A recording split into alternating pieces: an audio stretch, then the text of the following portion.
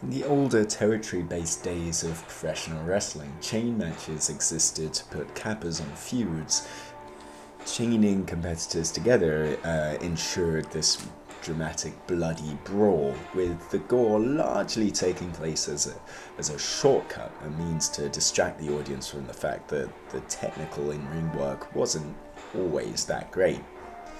Here is Enterchained, a cooperative chain match where you and your AI partner are chained together and forced to compete in a gladiatorial horde-based game of survival. You control your half of the tandem with a virtual analog stick and some virtual buttons that, they do their job as a spoiler attack button, a button for putting an end to the misery of the opponents that you knock down, and one more button for flinging your sword in a desperation ranged attack.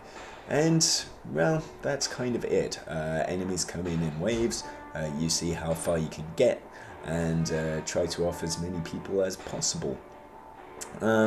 This was a PC game before coming to iOS, and it kind of makes sense in that field to have a sort of couch co-op game where two people were chained together in the vein of, say, a Knuckles Chaotix, if you want to get obscure.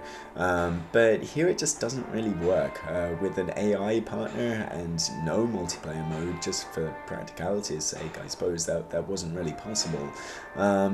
It just feels kind of soulless and kind of blank.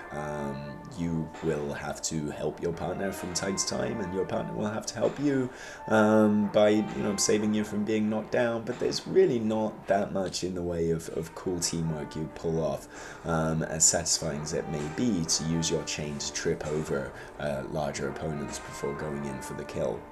There's a few little extras here. You can earn extra gear with bonus stats, completing endless runner-esque goals, such as throwing your sword at a certain number of opponents or saving your partner a few times.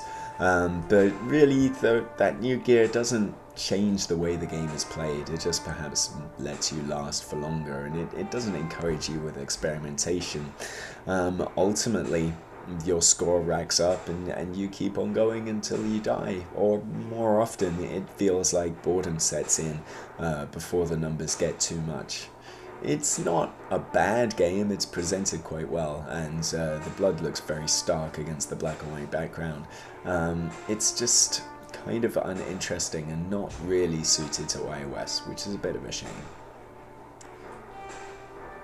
For the best in sports entertainment, check out kaijupop.com.